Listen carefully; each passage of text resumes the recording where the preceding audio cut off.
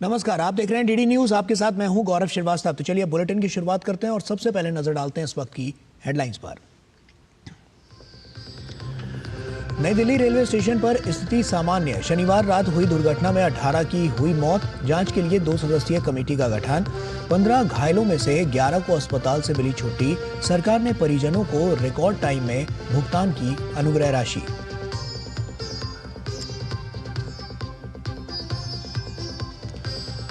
Bharat takes 2025 का प्रधानमंत्री ने किया उद्घाटन। दुनिया के छठे बड़े कपड़ा निर्यातक बनने पर जताई खुशी। साल 2030 तक 9 लाख करोड़ रुपए का कपड़ा निर्यात का रखा लक्ष्य।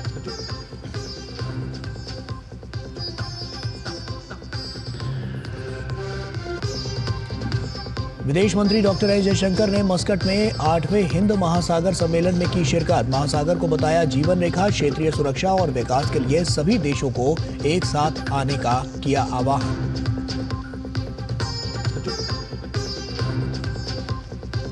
और कांग्रेस सांसद गौरव गोगोई की पत्नी एलिजाबेथ के पाकिस्तान आईएसआई लिंक की जांच करेगी एसआईटी। असम के मुख्यमंत्री हेमंत बिस्वा शर्मा ने कहा एलिजाबेथ के पाकिस्तान के साथ संबंधों के सिलसिले में दर्ज किया जा सकता है मामला।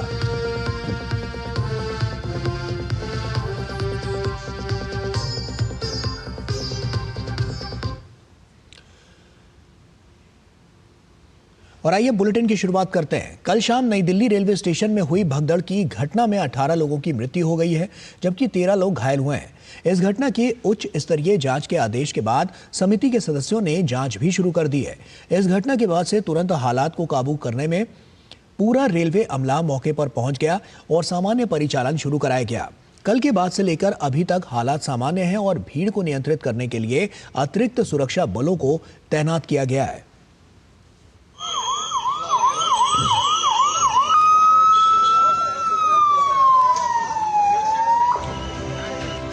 शनिवार शाम को नई दिल्ली रेलवे स्टेशन पर हुई भगदड़ में 18 लोगों की मृत्यु हो गई। ये घटना उस समय हुई जब शाम करीब 9 बजे के आसपास प्लेटफॉर्म नंबर 14 और 15 पर यात्रियों की भीड़ अचानक से ज्यादा बढ़ गई, जिसके बाद रेलवे ने भीड़ को देखते हुए स्पेशल ट्रेन चलाने का फैसला किया।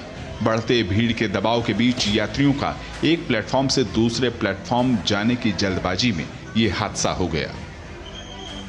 फुटओवर ब्रिज से जो सीढ़ियाँ प्लेटफॉर्म 14-15 पर आती हैं, उसी पे एक पैसेंजर के फिसलने से जो उनके पीछे के पैसेंजर थे वो उनके ऊपर गिर गए, इसकी चपेट में आ गए, जिसके कारण दुखद घटना घटित हुई है। घटना के बाद रेलवे ने मृतकों के परिजनों को 10 लाख रुपए की अनुग्रह राशि देने का ऐलान किया, तो घायलों को 2.5 लाख रुपए और इलाज का बंदोबस्त भी किया गया है। नई दिल्ली रेलवे स्टेशन पर जो घटना घटित हुई थी, उसके बाद से जो घायल हैं वो यहाँ पर भर्ती हैं और जो डिफरेंट डिपार्टमेंट्स होता है उसमें वो भर्ती हैं, लेकिन सबसे ज़्यादा जो घायल हैं वो जिस डिपार्टमेंट में भर्ती है वो ऑर्थो में है और उनका इलाज चल रहा है यहाँ पर। इस बीच रेलवे ने 2 सदस्यीय उच्च स्तरीय समिति का गठन किया, जिसमें उत्तर रेलवे के प्रधान मुख्य वाणिज्यिक प्रबंधक नरसिंह देव और उत्तर रेलवे के प्रधान मुख्य सुरक्षा आयुक्त पंकज गंगवार को शामिल किया गया। समिति ने घटना की तह में जाने की जांच भी शुरू कर दी है। रेल प्रशासन द्वारा गठित कमेटी, जिसमें हम 2 मेंबर हैं, मैं नरसिंह पीसीसीएम और मिस्टर गंगवार ही सिक्योरिटी कमिश्नर, हम दोनों ने जांच शुरू कर दी है और सुबह से हम लोगों ने जांच शुरू कर दी है। सारे के सारे साक्ष्यों को हम लोग समझने की कोशिश कर रहे हैं। घटना के तुरंत बाद रेल मंत्री से लेकर पूरा रेलवे प्रशासन हरकत में आया और आला अधिकारियों की पूरी टीम नई दिल्ली रेलवे स्टेशन पर पहुंची। बहुत जल्द ही हालात को काबू में कर लिया गया। सभी ट्रेनों को उनके गंतव्य तक रवाना किया गया, तो प्लेटफॉर्म पर यात्रियों की भीड़ को नियंत्रित करके हालात को सामान्य किया गया। कल रात से लेकर अभी तक नई दिल्ली रेलवे स्टेशन पर आला अधिकारी मौजूद हैं, जो भीड़ ज्यादा होने के बाद भी स्थिति को पूरी तरह से नियंत्रित किए हुए हैं। हालात बहुत सामान्य हो चले हैं और आप ये देख सकते हैं कि जो मुसाफिर हैं ये आराम से यहाँ पर बैठे हुए हैं, अपनी बारी की प्रतीक्षा कर रहे हैं। नई दिल्ली रेलवे स्टेशन ही नहीं बल्कि दिल्ली के अन्य रेलवे स्टेशनों पर भी संभावित भीड़ को देखते हुए हर संभव इंतजाम किए गए हैं, जिसके चलते अब समूची दिल्ली से रेलवे का संचालन सामान्य रूप से चल रहा है। शनिवार की दुखद घटना के बाद राष्ट्रपति द्रौपदी मुर्मू, उपराष्ट्रपति, प्रधानमंत्री नरेंद्र मोदी समेत तमाम लोगों ने दुख जताया। नई दिल्ली से अभिषेक सिंह, राजेश राज के साथ ब्यूरो रिपोर्ट, डीडी न्यूज। और शनिवार को नई दिल्ली रेलवे स्टेशन के प्लेटफॉर्म नंबर 14 की ओर जाने वाले फुटब्रिज पर हुई भगदड़ के बाद रेलवे प्रशासन और सुरक्षा बलों की तत्परता के कारण स्थिति को जल्द ही नियंत्रित कर लिया गया। सीआरपीएफ और आरपीएफ के जवान लगातार यात्रियों की सहायता कर रहे हैं, जिससे अब हालात पूरी तरह से सामान्य हो गए हैं। ट्रेनों का संचालन भी सुचारू रूप से जारी है और यात्रियों को किसी तरह की असुविधा ना हो, इसके लिए भी खास इंतजाम किए गए हैं। डीडी न्यूज के संवाददाता डॉक्टर सुयश शर्मा ने नई दिल्ली रेलवे स्टेशन की ताजा स्थिति का जायजा लिया। अब सारी जो स्थिति है वो सामान्य हो चुकी है। सीआरपीएफ के जवान, आरएएफ के जवान यहाँ लगातार यात्रियों की मदद कर रहे हैं कि वो सुचारू रूप से अंदर जाकर ट्रेन में बैठ सके। किस स्टेशन पर ट्रेन खड़ी है, कहाँ पर है, ये भी उनको बताने की कोशिश की जा रही है। आज कोई परेशानी नहीं हुई, बहुत आराम से टिकट भी मिली है, बहुत आराम से आगे बैठा भी है, प्रशासन सारा लगा हुआ है और बहुत आराम से बैठे हैं। सीट पर बैठ गया आराम से, कोई भगदड़ नहीं हुआ है। बढ़िया व्यवस्था है, ठीक है। स्पेशल ट्रेनें चलाई जा रही हैं योगी जी की तरफ से।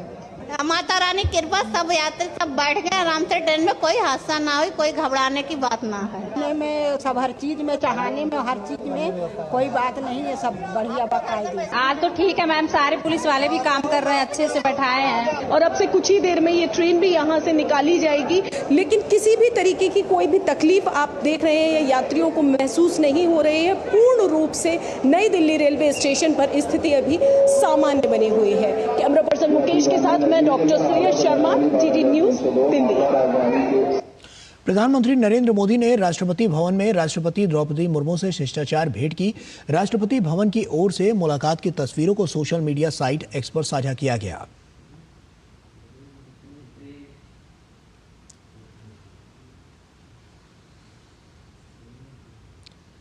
प्रधानमंत्री नरेंद्र मोदी ने दिल्ली के भारत मंडपम में भारत टेक्स 2025 का उद्घाटन किया।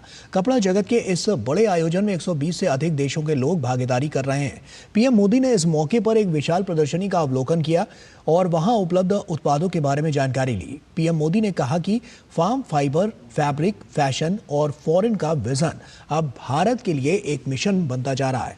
ये मिशन किसान, बुनकर, डिजाइनर और व्यापारी के लिए ग्रोथ के लिए नए रास्ते खोल रहा है।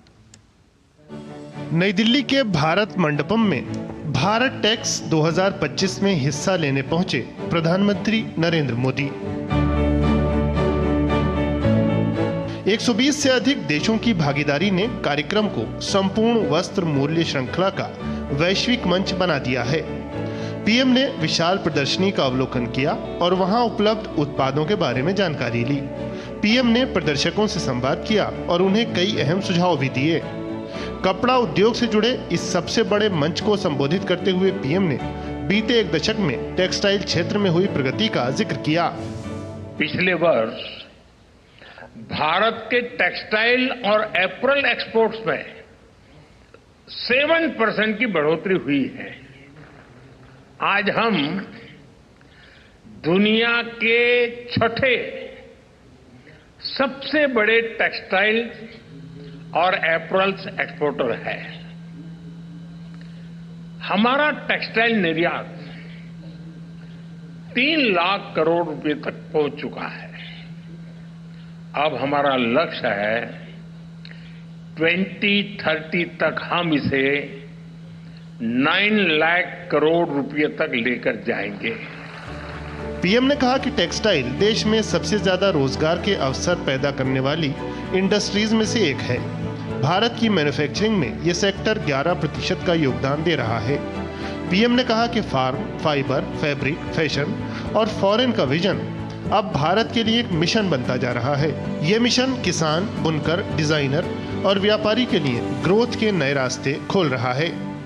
इस साल के बजट में एमएसएमई के क्लासिफिकेशन क्राइटेरिया में बदलाव करके इसका विस्तार किया गया है। साथ ही क्रेडिट अवेलेबिलिटी बढ़ाई गई है। हमारा टेक्सटाइल सेक्टर, जिसमें 80% योगदान हमारे एमएसएमईज का ही है, उसको इसका बहुत बड़ा लाभ मिलने वाला है। पीएम ने टेक्सटाइल रिसाइकलिंग जैसे क्षेत्रों में भारत के लिए उपलब्ध संभावनाओं को भी रेखांकित किया। पीएम ने एआई सहित नवीन तकनीक के समावेश से इस सेक्टर के भविष्य को लेकर भी चर्चा की। पीएम ने कहा कि उनकी सरकार हाथ के हुनर को भी बढ़ावा देने के लिए प्रयास कर रही है। पिछले 10 वर्षों में हैंडलूम्स को बढ़ावा देने के लिए 2400 से ज्यादा बड़े मार्केटिंग इवेंट्स का आयोजन किया गया। हैंडलूम प्रोडक्ट्स की ऑनलाइन मार्केटिंग को बढ़ावा देने के लिए इंडिया हैंडमेड नाम से ई-कॉमर्स प्लेटफॉर्म भी बनाया गया है। इस पर हजारों हैंडलूम ब्रांड रजिस्टर भी कर चुके हैं। हैंडलूम प्रोडक्ट्स की जीआई टैगिंग, इसका भी बहुत बड़ा लाभ इन ब्रांड्स को हो रहा है। अपने संबोधन में प्रधानमंत्री ने विकास भी और विरासत भी के मंत्र को दोहराया। साथ ही उन्होंने कहा कि टेक्सटाइल इंडस्ट्री में जिस तरीके से दुनिया आगे बढ़ रही है, भारत के लिए उसमें अपार संभावनाएं हैं। कच्चे माल से लेकर तैयार उत्पादों तक की संपूर्ण वस्त्र मूल्य श्रृंखला को एक ही मंच पर साथ लाने वाला ये कार्यक्रम 17 फरवरी तक चलेगा। अजीत के साथ ब्यूरो रिपोर्ट, डीडी न्यूज। और वहीं आदि महोत्सव की शुरुआत हो गई है। राष्ट्रपति द्रौपदी मुर्मू ने इसका उद्घाटन किया। ये महोत्सव 24 फरवरी तक चलेगा, जिसमें देश के कोने कोने से जनजातीय कलाकार और शिल्पकार हिस्सा ले रहे हैं। ट्राइफेड द्वारा आयोजित ये महोत्सव का मकसद जनजातीय समुदायों की जीवंत संस्कृति, विरासत और क्षमता को देश दुनिया के सामने प्रदर्शित करना है। आदिवासी महोत्सव 2025 का उद्घाटन राष्ट्रपति द्रौपदी मुर्मू ने किया, जो 16 से 24 फरवरी तक चलेगा। महोत्सव में देश के विविध हिस्सों से 600 से अधिक आदिवासी कारीगर, 500 कलाकार पहुंचे हैं। 25 आदिवासी खाद्य स्टॉल लगाए गए हैं। उद्घाटन के मौके पर राष्ट्रपति ने कहा कि बीते 10 सालों में जनजातीय समाज को मुख्यधारा का हिस्सा बनाने के अनेकों कार्य हुए हैं। जनजातीय बजट में कई गुना इजाफा हुआ है। संताली भाषा को 8वीं अनुसूची में जगह मिली है। जनजातीय गांवों को मुख्य मार्ग से जोड़ा गया है। बच्चों के लिए छात्रावास जैसी सुविधाएं विकसित हुई हैं। पिछले 10 वर्षों के दौरान जनजातीय समाज के समग्र विकास के लिए अनेक प्रभावी कदम उठाया गया है। ट्राइबल डेवलपमेंट बजट 5 गुना बढ़कर लगभग 1,25,000 करोड़ रुपया हो गया है। वर्ष 2021 में भगवान बिरसा मुंडा की जयंती के दिन 15 नवंबर को जनजातीय गौरव दिवस मनाने की परंपरा स्थापित किए गए हैं। संथाली भाषा को संविधान की 8वीं अनुच्छेद में शामिल करने का अपने प्रयास को याद करके मुझे बहुत प्रसन्नता हो रही है। आदि महोत्सव पर बोलते हुए जनजातीय कार्य मंत्री जुएल ओराम ने कहा कि पिछले सरकारों ने जनजातीय समाज को पहचानने में 50 साल की देरी की। ये 25 स्टॉल इतना कंपटीशन के बाद यहाँ आए हैं, आप इसको देख लीजिए। तो मैं इसलिए अपील कर रहा हूँ, आप ये मौका लीजिए। दिल्ली में हम ये पहला बार नहीं कर रहे हैं, ये विगत 8 साल से हम लोग ये कंटिन्यूसली इसको कर रहे हैं। ये महोत्सव काफी दिल्ली में केवल नहीं होगा, ये बहुत सारे शहर में होता है। 450 से ज्यादा महोत्सव हम लोग कर चुके हैं और इसमें से बहुत सारे हजारों ट्राइबल लोग यहाँ आपका इन्वॉल्व हुए हैं। आदि महोत्सव ने जनजातीय समाज को एक मंच दिया है। उस मंच पर समाज की संस्कृति है, विरासत है। विरासत के साथ उनकी शिल्पकारी है, जो जनजातीय समाज को मुख्य धारा का हिस्सा बना रहा है। आदि महोत्सव जनजातीय समाज के लिए केवल आयोजन नहीं है, बल्कि यह उनकी जीवंतता, उनकी विरासत का एक प्रमाण है, एक नमूना है। और सबसे महत्वपूर्ण पहलू है कि आदि महोत्सव के जरिए जनजातीय समाज को आर्थिक सशक्तिकरण और बाजार उपलब्ध कराकर उन्हें मुख्य धारा का हिस्सा बनाना है। कैमरामैन आनंद कश्यप के साथ धीरज कुमार, डीडी न्यूज, दिल्ली। और वक्त यहाँ पर एक छोटे से ब्रेक का है, जल्द हाजिर होते हैं।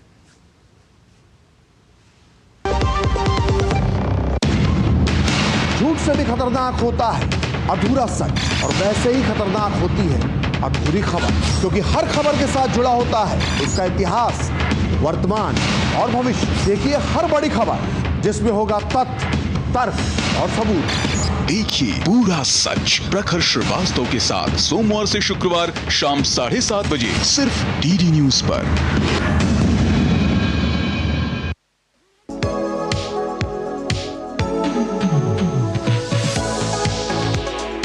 सुबह नई शुरुआत डीडी न्यूज के पावर पैक शो के साथ। राजनीति, कारोबार और होगी सुर्खियों पर भी चर्चा। अखबारों की हेडलाइंस, खेल, सिनेमा सहित मिलेगी संपूर्ण खबर।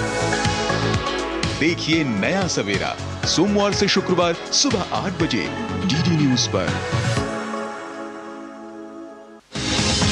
दिन भर की भाग दौड़ में जब छूट जाएं जरूरी खबरें, जब आप हो जल्दी में और जाननी हो हर खबर, जब फटाफट अंदाज में देखनी हो आपको तेज खबर, जब केवल आधे घंटे में जानना हो देश दुनिया का हाल, तब देखिए खबरों का हाई स्पीड शो एक्सप्रेस 100।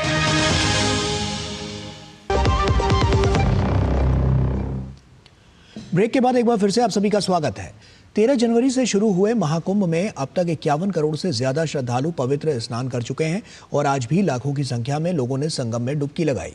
केंद्रीय मंत्री नितिन गडकरी, धर्मेंद्र प्रधान आज कुंभ पहुंचे तो यूपी के सीएम योगी आदित्यनाथ ने भी कुंभ में स्थिति का हवाई सर्वेक्षण किया और अधिकारियों को जरूरी दिशा निर्देश दिए।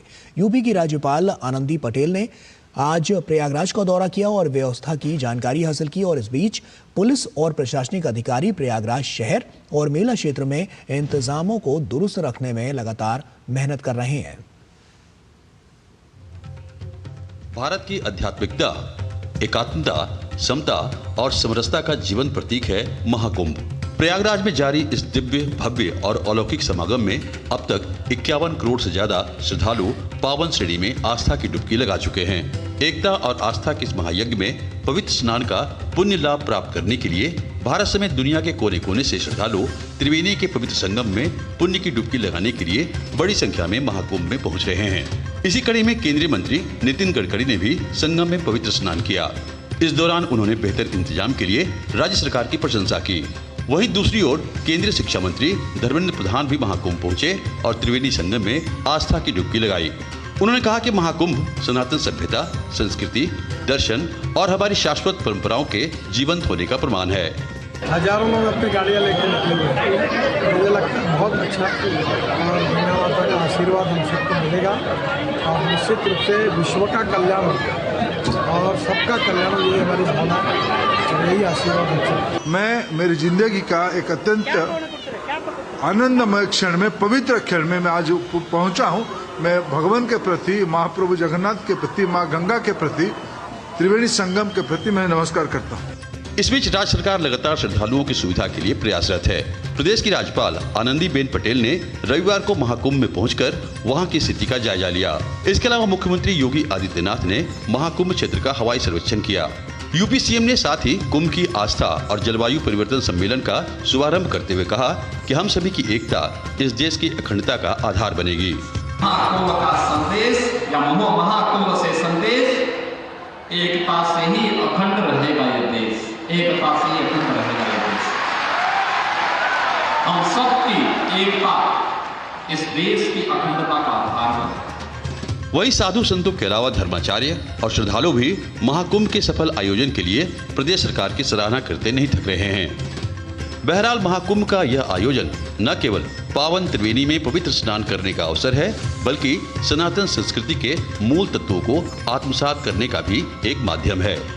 हमारी ही संस्कृति कहती है धर्मो रक्षते रक्षता और हमारी ही संस्कृति कहती है वसुधैव कुटुंबकम, और इसी का साक्षात्कार कर रहे हैं महाकुंभ के दौरान। इस तरह के वैदिक अनुष्ठान जो विकास भी और विरासत दोनों को साथ लेकर चल रहे हैं। कैमरा पर्सन रमाकांत के साथ अश्विनी कुमार मिश्र, डीडी न्यूज, महाकुंभ नगर, प्रयागराज। और महाकुंभ 2025 में दिव्य ज्योति वेद मंदिर द्वारा आयोजित अखंड रुद्री पाठ महादिव्यानुष्ठानम ने एक ऐतिहासिक उपलब्धि प्राप्त करते हुए विश्व का सबसे बड़ा रिले जाप का विश्व रिकॉर्ड स्थापित किया है। ये महाअनुष्ठान भारत की प्राचीन वैदिक परंपरा के गौरव को पुनर्स्थापित करने वाला अद्वितीय आध्यात्मिक आयोजन हुआ।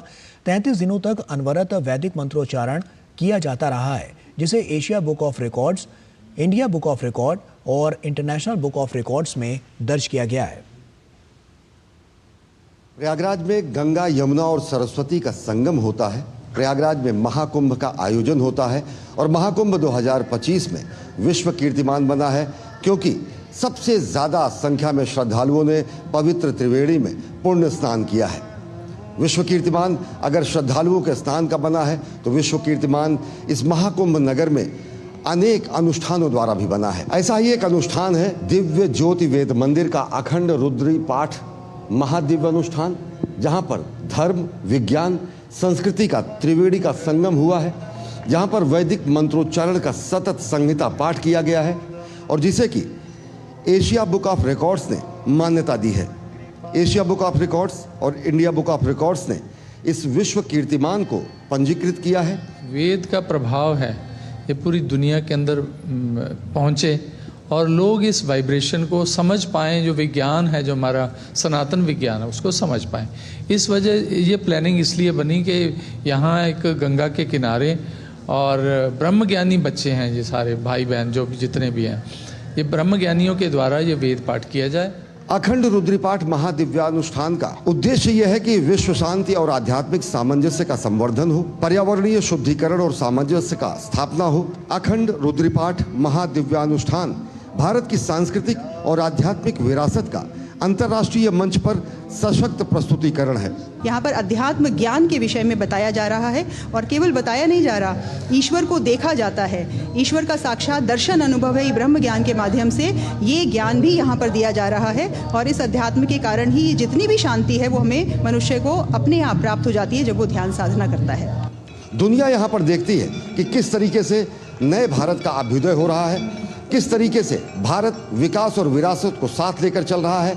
और इस महाकुंभ के दौरान पूरी दुनिया एक बार फिर इस बात का साक्षात्कार कर रही है कि किस तरीके से वैदिक ऋचाओं की पथ प्रदर्शिका पर बढ़ते हुए हमारे मंत्रद्रष्टा, हमारे साधक, हमारे तपस्वी, हमारे सन्यासी और यहाँ तक कि हमारे गृहस्थ भी अपनी विरासत को संरक्षित रख रहे हैं, अपनी संस्कृति और अपने संस्कार का संवर्धन कर रहे हैं।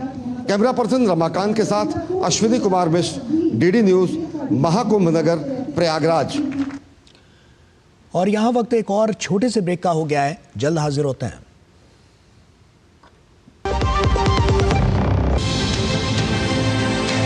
राष्ट्रीय खबरें हो या अंतर्राष्ट्रीय मुद्दे की बात, राजनीति से जुड़ा हर पहलू, साथ ही बिजनेस का उतार चढ़ाव,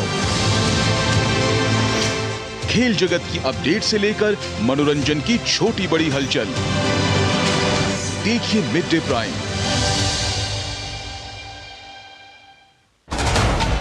कश्मीर से कन्याकुमारी तक, कच्छ से कामाख्या तक, राज्यों की राजधानियों से प्रदेशों के कोने कोने तक, होगी हर राज्य के हर हिस्से की पूरी खबर। देखिए भारत एट 7 खबर राज्यों की डीडी न्यूज पर।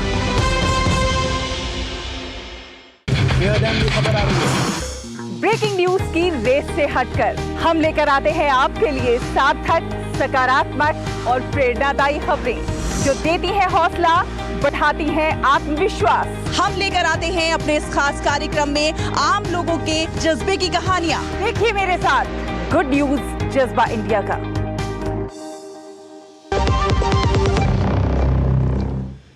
ब्रेक के बाद एक बार फिर से आप सभी का स्वागत है। ओमान की राजधानी मस्कट में आयोजित 8वें हिंद महासागर सम्मेलन को संबोधित करते हुए विदेश मंत्री डॉक्टर एस जयशंकर ने क्षेत्र के विकास एवं सुरक्षा आकांक्षाओं को पूरा करने के लिए समन्वित प्रयासों का आह्वान किया। विदेश मंत्री डॉक्टर एस जयशंकर ने हिंद महासागर के देशों के सामने संसाधनों की कमी और आर्थिक चुनौतियों, विभिन्न प्रकार की अवैध तस्करी और हिंद प्रशांत क्षेत्र में आतंकवाद और तनाव सहित कई चुनौतियों पर बात की।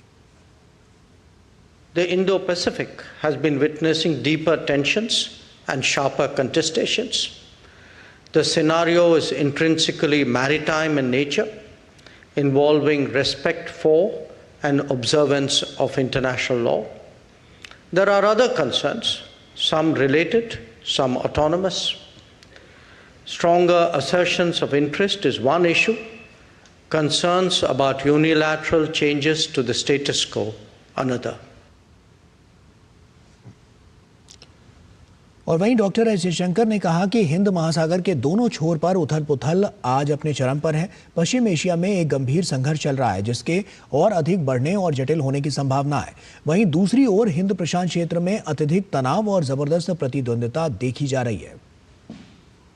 In the Middle East or West Asia, there is a serious conflict underway with the potential for further escalation and complication. At the same time, long-standing issues are being revisited, sometimes with a radically different approach. Its maritime consequence is visible in a serious disruption of global shipping with considerable cost to all our countries. और वहीं इस बीच 8वें हिंद महासागर सम्मेलन से अलग विदेश मंत्री doctor S Jaishankar ने अपने ओमान के समकक्ष बद्र अल बुसैदी के साथ बैठक की। इस दौरान दोनों नेताओं ने व्यापार, निवेश और ऊर्जा सुरक्षा में द्विपक्षीय सहयोग पर व्यापक चर्चा की। इसके अलावा दोनों नेताओं ने राजनयिक संबंधों की 70वीं वर्षगांठ पर संयुक्त रूप से प्रतीक चिन्ह भी जारी किया। इस अवसर पर Mandvi to Muscat Indian community and shared history of India and Oman नामक एक पुस्तक का भी संयुक्त रूप से विमोचन किया गया। और इसके अलावा विदेश मंत्री डॉक्टर एस जयशंकर ने मस्कट में ब्रुनेई के विदेश मंत्री दातो एरिवान पेहीन यूसुफ से भी मुलाकात की और इस दौरान दोनों नेताओं ने प्रधानमंत्री नरेंद्र मोदी की सितंबर 2024 की ब्रुनेई यात्रा पर भी चर्चा की। इस बीच ब्रुनेई के विदेश मंत्री ने भारत आसियान साझेदारी को समर्थन देने की बात कही।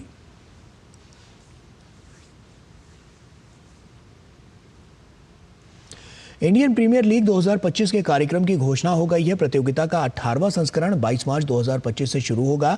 वहीं प्रतियोगिता का फाइनल 25 मई को खेला जाएगा। इस सीजन में कुल 13 आयोजन स्थल पर 74 मैच खेले जाएंगे।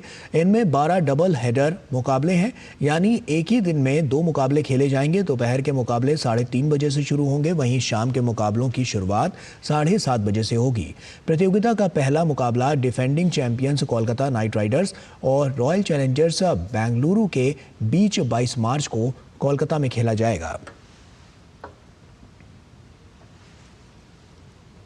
और इसी के साथ फिलहाल इस बुलेटिन में इतना ही। दीजिए इजाजत, नमस्कार।